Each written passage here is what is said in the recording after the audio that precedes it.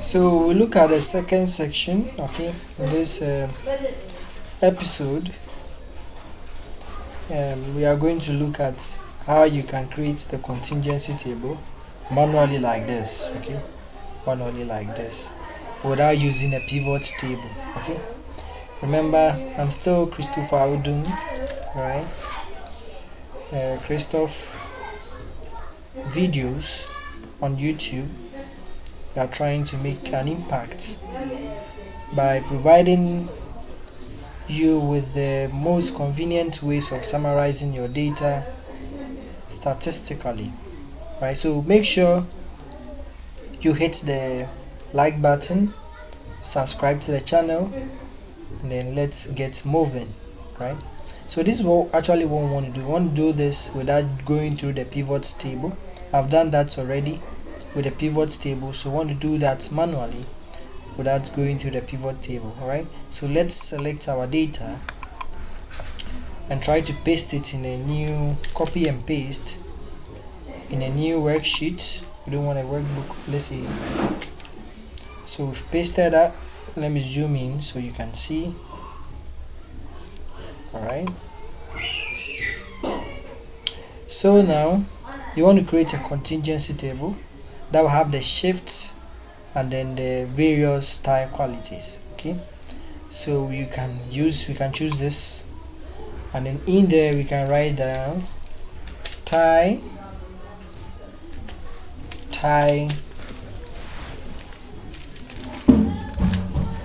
can write the tie quality. All right, then below it we can write the various type qualities. We have the first perfect,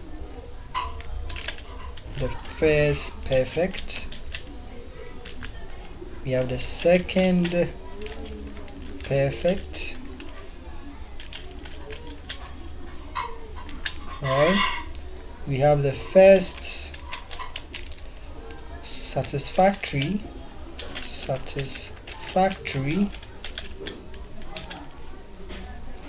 we have the second satisfactory, right? Second satisfactory, right? And then we have the defective, right? So I think these are the various style qualities that we have, okay. So you want to open up so it covers everything.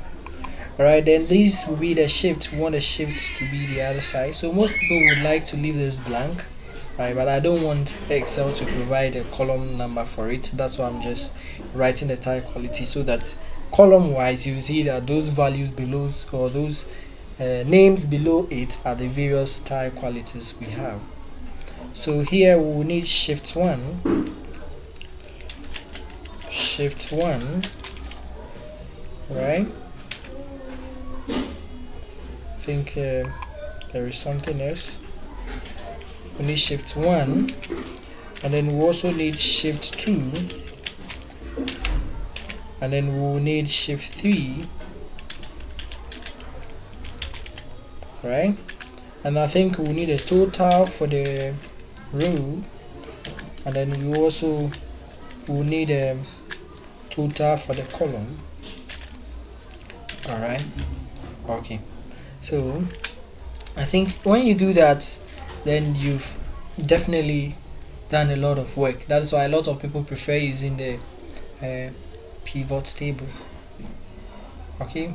But if you actually want to know what is behind the pivot table, that is what we are doing it manually, okay. But we will still use Excel functions, okay. So the Excel function we are going to use is called, count ifs. All right, count ifs. So count ifs will accept multiple criteria and then multiple criteria range. All right, so that's an Excel function that we are going to use to do the work. Excel function we are going to use to do the work is count ifs.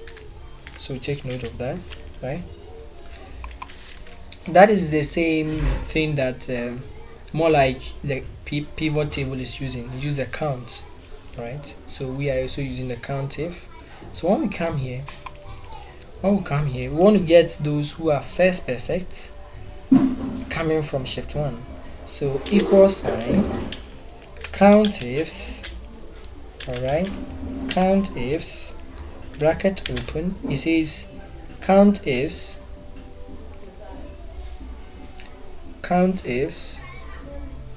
let me try to zoom in so that you can see it well, how I write the, so equal sign count ifs, bracket open, so you see criteria range, right? Criteria range. So we want to pick shift, okay? So shift 1. So shift 1, where is it coming from? Coming from this range, right? This range.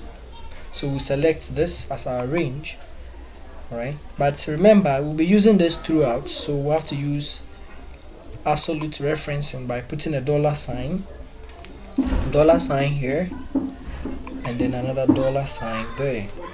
Okay. Now when we are done, comma, what's the criteria? We want shift 1, alright?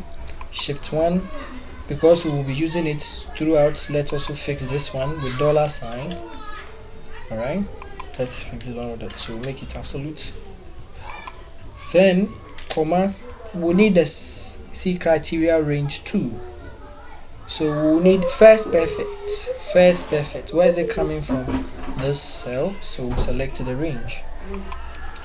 Remember, we'll be using that throughout, so let's use absolute referencing, that is putting a $sign in front of each of these, right? Now a comma. Now we want we are trying to pick out the criteria, which is first perfect. So what I'm trying to do is that, okay, that column or that cell, I want the number count if it is coming from range A, and then it is shift 1 at the same time coming from range B, and it is first perfect. Alright. Somebody may ask, why didn't I fix this? Because I want you to drop it down so that the tile qualities will change as I drop it down, okay? But I don't want the shift number and then the various ranges to change, because they will be the same throughout, okay? So with that, I close it, alright, then I hit enter. So it's telling me that when I go to shift 1, my first perfects there are 35, okay? So with the same thing, I'll just have to look at this, just bring my cursor, my plus to this point, it changes to small plus, then I hold it, I drop it down to defective. So it tells me that if I come to shift 1, my defective are 23. So you see the code, everything is fixed, but it changes D6, right? This changes to defective because I didn't fix that, right? Okay. That. So now what we have to do is to find a way to get for shift 2. Because we fixed that, we can't drag it through, so we have to create another code for this, but we can copy this one, right? So we copy this one, let's copy this, copy this, right? So when we come here, we say equal sign and we paste, but we remember we have to change the shift number from 1 to 2, right? Remember, so we'll change the E because shift 2 is in F1, so we just write F1, alright, and then we hit enter. It tells me that when I go to shift 2, the number of first perfect are 37, so I can hold it as I did and then drag it to defective. it will produce the whole thing for me. Now I'll come here, the same code I've copied, I think it's still in the clipboard, so I'll paste. Remember, I have to change my shift number from a 1 to a 3. So remember that one is in G1, so G, right? Hit enter. It tells me that when I go to shift 3, the number of first perfects there are 43. So I hold this, then I drag it down. Okay, so I think I'm done. So I've got everything. So when I go to shift 3, alright, when I go to shift 3, I can find that when I go to shift 3, you can find that 18 of the ties are defective. Okay, when I go to shift 2, 33 of them are defective. Right, so that's what we've done. Now you want to get a grand total. So to get a total, you can come here, use this Excel function, auto sum, hit enter, it selects everything, hit enter, hold it, and then drag it down to 18. That gives you the total here you need. Now you want to find the total for shift 1, the whole of shift 1, to the same function, auto sum, hit enter, and then drag it to that point. Alright, so that is it. You've created your contingency table. It left with only trying to make it a table. Okay, so to make it a table, you select the whole of that, go to insert what? A table. Is there, so it says that, is that what you want to make a table? Yeah. Does it have headers? Yes, it has. Hit enter, then that is it. You are there. You've created your contingency table. Alright, you've created your contingency table.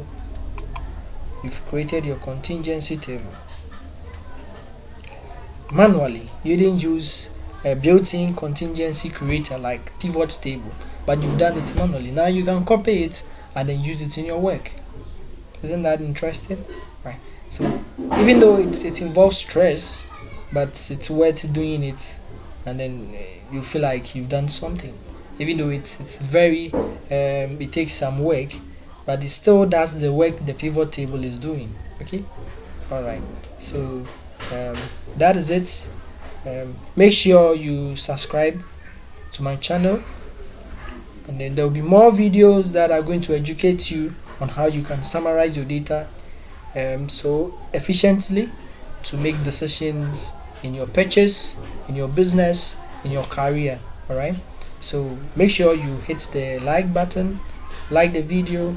If you have any comment it, and then we'll respond to those comments. All right, so bye bye.